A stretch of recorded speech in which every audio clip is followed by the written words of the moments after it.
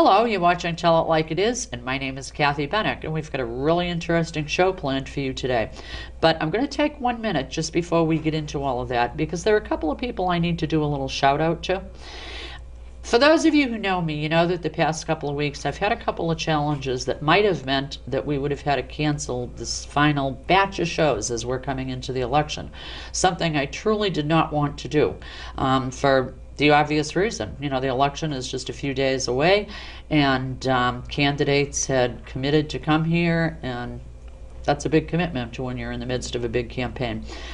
I have to give a shout out to Rich Girard of WLMW 90.7 FM, because literally within, I would say probably hours of him hearing the challenges that I was facing, he actually gave me a call and said, Kathy, you need to take care of yourself, and if I can come in and do those shows for you using a script or whatever, I'll be more than happy to come in and take care of it. And you know, that's a pretty big thing for somebody in the media to make an offer like that, particularly when they have their own tough schedule.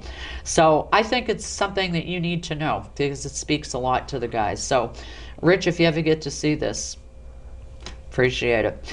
I also have to give a couple of other quick shout outs.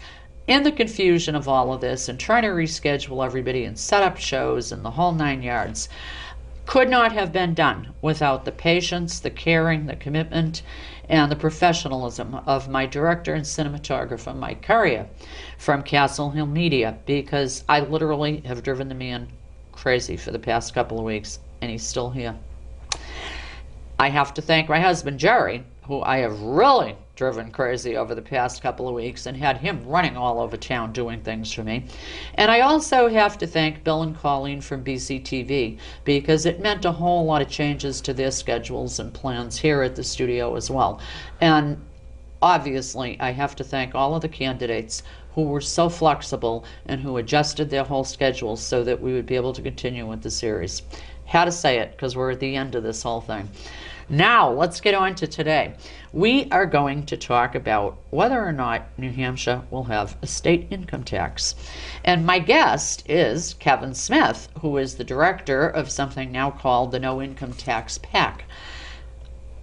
Kevin's a very familiar face to all of you by now, because this year he was a candidate for New Hampshire governor. It was his first run for a major office in the state, and I'll tell you, he proved himself to everyone to be a hardworking, energetic, and thought-provoking candidate who I think will have a very bright political future here in New Hampshire. Prior to running to governor, Kevin had already gained a reputation for getting things done, for being a consensus builder, so it's no surprise to see that his future involvement in New Hampshire issues will continue, and that issues that will be important to our future. And about a week ago, when I picked up the Union Leader one morning, I saw an article saying that Kevin is continuing his work leading up to the November election by now heading up the group called No Income Tax PAC that will help people to understand that by voting on question 1 on the November ballot, they have the opportunity to definitely decide whether New Hampshire will ultimately become a state in which a personal income tax is imposed on its residents. So with no further ado, I'm going to have Kevin walk us through this whole issue and give you the information that you absolutely have to have when you go to the polls on November 6th. Kevin, you're looking great. You look Kathy, rested. you are too, and thank you so much for having me back on the show. And I just want to say, I think it goes without saying that those of us who know you, that watch the show, but know you personally, it's great to know that you're doing well and that you're able to finish out these shows, because you've done such a service for not only the people in Bedford, but in other communities as well that have seen your show. And I'm just very glad to see you in the studio here and know that you're doing all right. And I appreciate the comment. And people are going to sit there at this point going, yuck, is this a mutual admiration society? Well, no, I think they know again, those of us that know you and as I said, watch this show, know that it's been great what you've done throughout the course of this entire campaign with having candidates in and other leaders as well. And so it's great that you're doing it. Well, thank you very much. And I did want to give that shout out because, people see me sitting here yabbering away, and they don't realize behind the scenes the people that make it happen. Right. And not to mention, as I said, the candidates themselves, because, oh, wow, it is not easy being involved in campaigning. Right. And, when people take the time and the effort and the travel time and preparation and everything else to come on a show like this. Sure. I mean, I so appreciate it because I know what they're all contending with, Right. and just trying to keep life in some form of normalcy till the election's over. So, all right, now that we've done all that, Right. Well, first of all, tell us what this no income tax PAX is, and its plan for action as we're zooming into election day. Well, what really struck me when I was running for governor was how few voters actually knew that there were ballot questions on the ballot this November.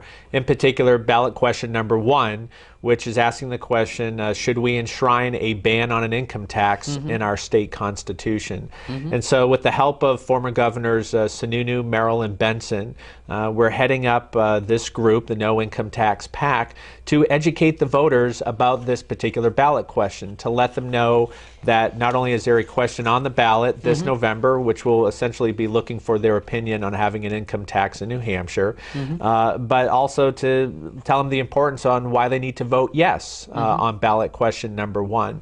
And even though this is a constitutional question, which means in order for it to pass, it needs 67% of the vote because you're looking to amend your state constitution. So it's a high threshold. I think a lot of people are going to be looking at this question as a referendum on an income tax, on whether or not we should continue to have this conversation, so to speak, on having an income tax in New Hampshire. And so I think it's very important that the voters send a message to future legislatures, to future governors, and to the business community as well, to say, you know what, the time for the conversation is over on this. Because believe it or not, we've had many decades of conversations on whether or not we should have an income tax in New Hampshire. And the consensus among all parties seems to be, no, we shouldn't. In fact, there was this debate kind of played itself out in the Democratic primary this year. We had one candidate taking the pledge against an income tax, and 2 that didn't. And the one that took the pledge ended up being the victor in that particular race. So I even think Democrats have come around and realized that the issue of an income tax is a non-starter, and that it's really a losing issue, and that we shouldn't have an income tax in the future. So that's why this question is so important.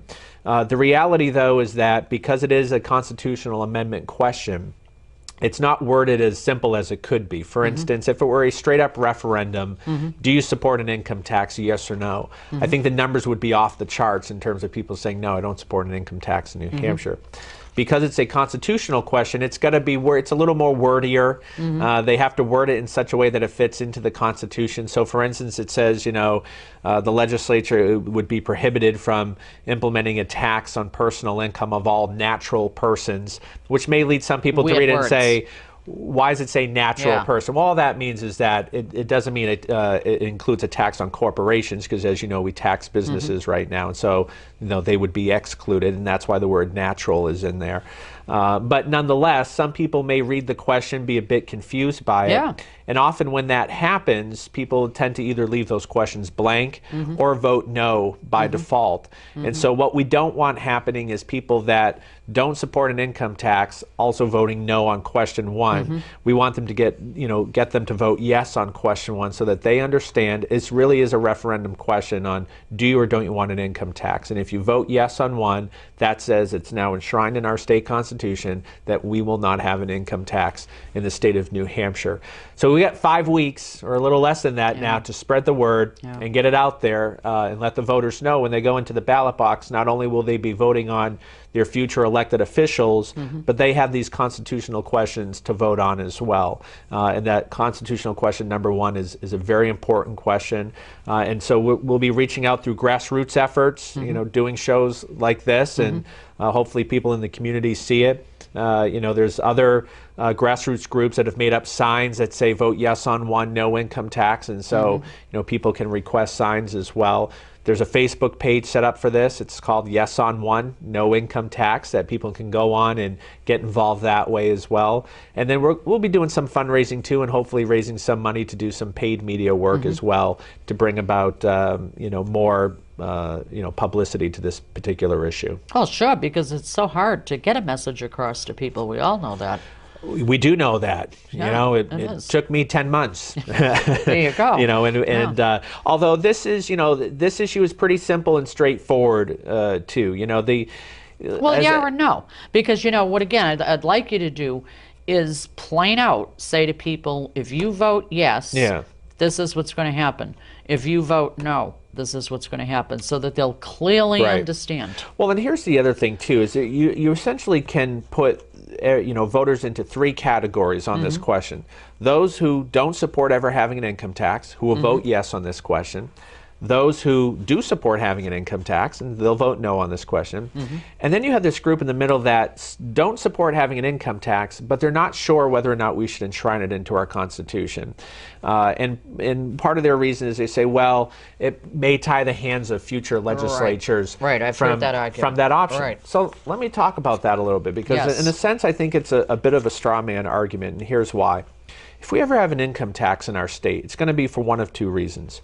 Either there's an ideological shift in the legislature and in the governor's office such that you have a pro-income tax legislature and a pro-income tax governor, and they decide, you know what, an income tax is right for New Hampshire.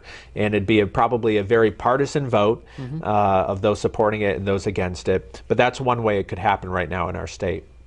The other way it could happen is what I call the Armageddon option. And that is that there's some calamity that takes place in the state of New Hampshire where, for whatever reason, Republicans and Democrats all of a sudden suddenly agree that an income tax is the only way out of this scenario that we're in. And if that were the case, there'd be broad support for it on both sides of the aisle, and the voters would be in favor of it. And what I would say is that that's all the more reason why we should have the ban enshrined in the state constitution, because what that does is it prevents the first scenario, the ideological shift. It prevents it from happening that way. So in other words, even if you had a very liberal group of people that came into the state house, they still couldn't vote for an income tax because it'd be in the state constitution.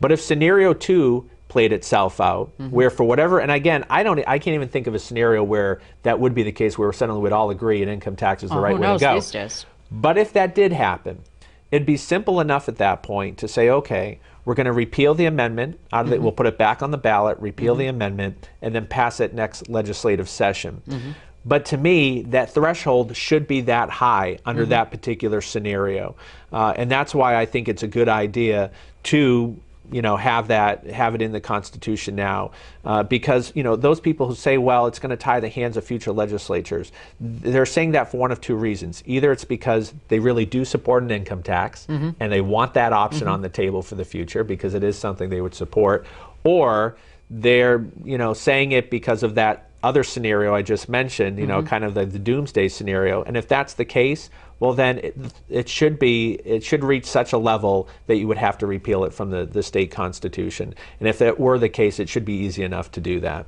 And even with a doomsday type passage of something like that, I mean, I think we all know that if they ever got it on, it would be almost impossible to see it end when the doomsday didn't exist anymore. Well, that's true. Oh, absolutely. That's very true, Kathy. And yeah, because once you have an income tax, it doesn't go away. Exactly. You have it forever.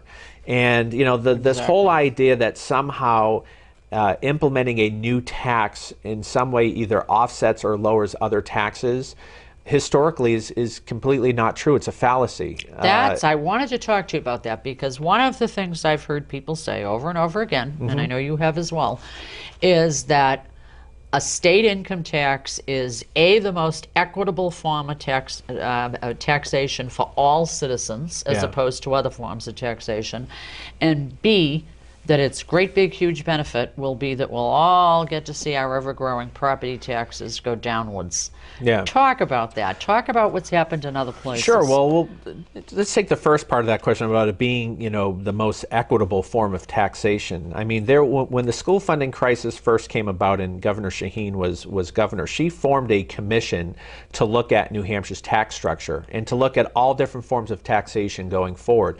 And this was a commission, it was a bipartisan commission, but if you look at the people who were on it, these weren't people that were anti-income tax or people that were foes against income tax, but even they admitted in the report, back when they had this commission, that by implementing a broad-based income tax in the state of New Hampshire, it would actually it would do harm to what they called New Hampshire's current progressive tax structure by having it set up the way mostly through property taxes that we currently do. That they were saying that it would actually do harm, having an income tax would harm that tax structure, and they didn't think it was a good idea to obviously do that. And so the other point of this too is that there are people, middle and low income people right now that are renting, as we know, and they're not paying a tax on their income, but they're also not paying property tax. What you would be doing now to these folks during a very difficult period, even if we weren't in a recession right now, is saying to these folks who can't afford a home right now, we're going to throw another tax on you, because you're not paying property tax, but now we're going to tax your income. At the time you can at least afford it, we're not going to be taking some money away from your income. So I would say it's to me it's not the most equitable way to be doing taxation right now. But let's talk about other states that have done this with the promise that, well, this is going to lower taxes in other areas if we do this. And it was a promise that they sold their idea. Absolutely. Well, and so New Jersey is a great example of this. Back in the 1970s, you had the state of New Jersey, which had very high property taxes, and the governor and legislature there at the time said, well, we're going to implement a 2% tax on personal income, and that's going to bring down the high property taxes that we have in New Jersey. Well, you fast forward now to the year 2012. New Jersey in the 1970s had the highest property taxes then. They now have the highest property taxes per capita now as well. In fact, there was no offset in the property taxes in that state. It did one thing in that state. It grew the size of state government and grew state spending out of control. And what was a 2% income tax back in the 1970s is today now a 9% income tax. 9% tax on income in the state of New Jersey. Yeah, because they can keep raising it, right? Absolutely. Yeah. And they're paying the highest property taxes. Let's look at Connecticut in the 1990s. Same type of thing. They had high corporate taxes. So they, in that case, said, well, we're going to put in an income tax to offset the cost of business taxes in that state. Same scenario happened. Connecticut today still has high business taxes. They now have a tax on personal income. Oh, and by the way, they're paying the second highest property taxes in the entire country.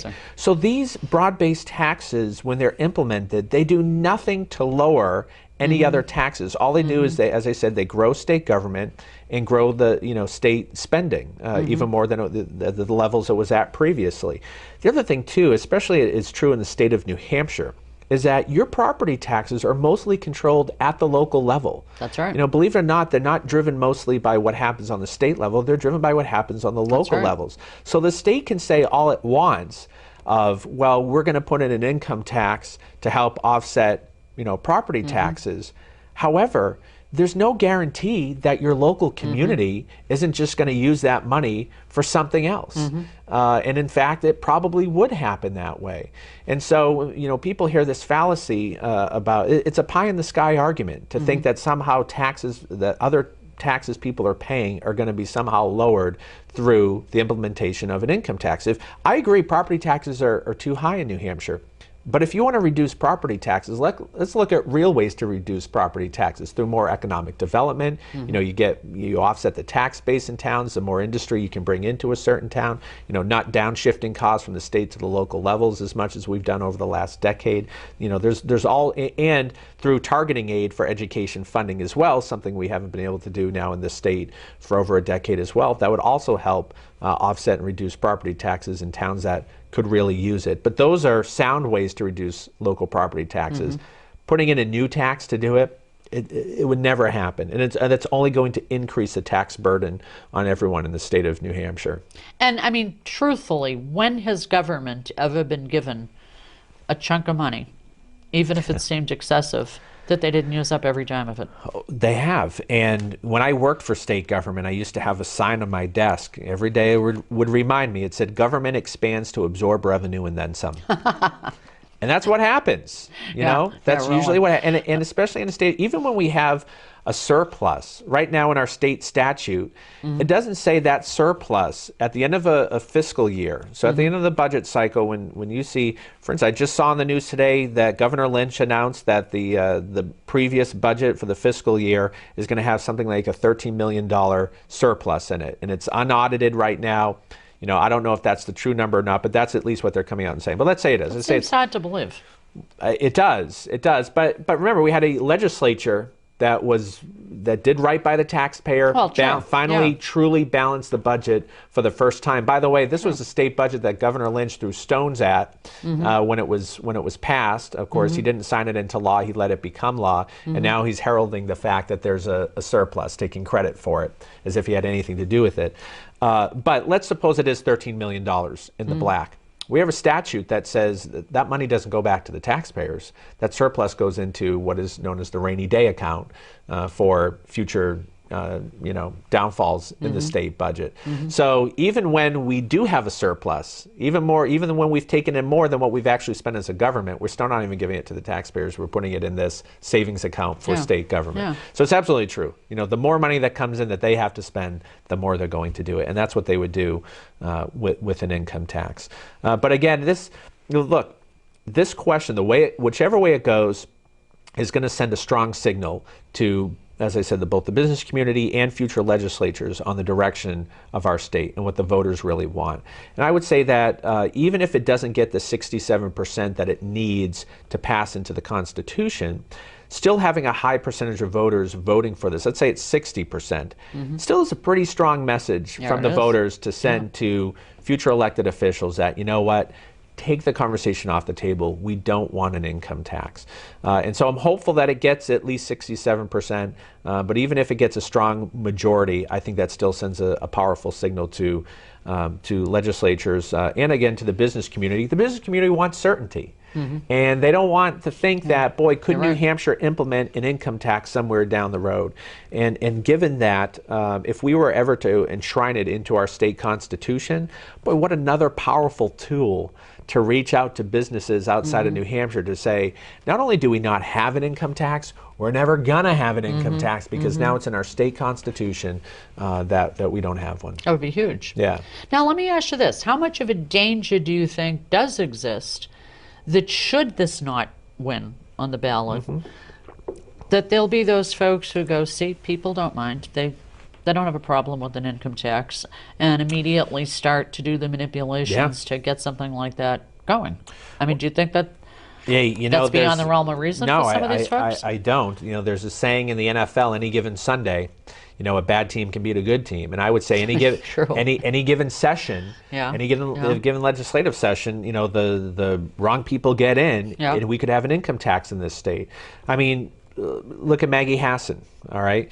She's someone who supported an income tax back in 2002 when she first ran for state senate. Yeah, she traditionally did, didn't she, all along? And she lost. Yeah. And then when she started running after that, she realized what a lot of Democrats realize when they run on an income tax, that the voters don't want it. So she's now changed her position on it. She's taken the pledge now, even though she opposes this amendment, which I think begs, you know, calls into question her genuineness on not supporting an income tax. Well, yeah, I don't understand that. How can you say you're against but not support the amendment? And that's where I think some of these politicians are being disingenuous with the voters when they say that, because to me, that's code for I want to have this option on the table for the future. When you say I'm against an income tax, but I don't support this amendment either, you know, that means you want to keep the option on the table. If you truly wanted to take the option off the table, you'd support this particular amendment. But you know, let's suppose in my opinion, worst case scenario, Maggie Hassan gets elected and you have the Democrats take over the legislature, and they decide in that ideological shift, you know what, New Hampshire needs an income tax now because we don't have enough revenue to run state government. And Maggie, who we know has supported one in the past, says, well, I've got to agree with them. There's no way out of this. We have to have an income tax. Well, then it happens. So it could happen in a blink of an eye. And that's why it's all the more important to enshrine it into our state constitution, to know that it is taken off the table, that just because of an election gone wrong, we don't have an income tax because of it.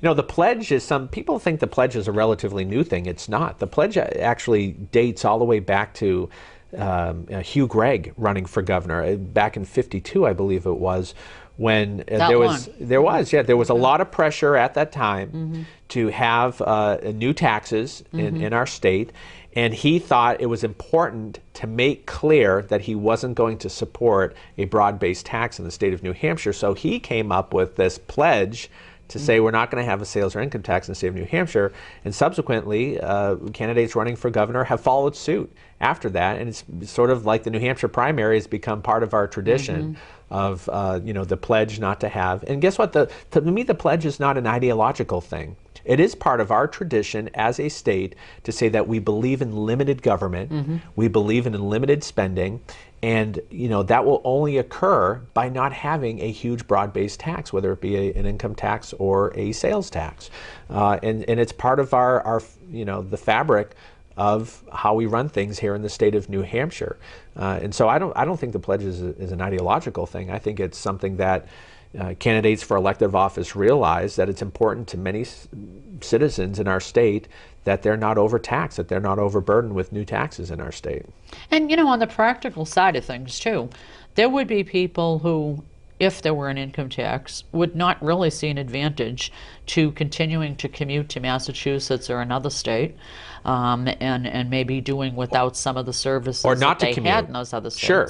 I mean, you got to remember now, there would be an now, incentive for them to move back to those states. There's an incentive now for people to try to find work in the state of New Hampshire and not outside of New Hampshire, because they are paying income tax to those other states. I talked about it often on the campaign trail. My father has been commuting to Boston, since the mid '80s, and so he's always been paying Massachusetts income tax.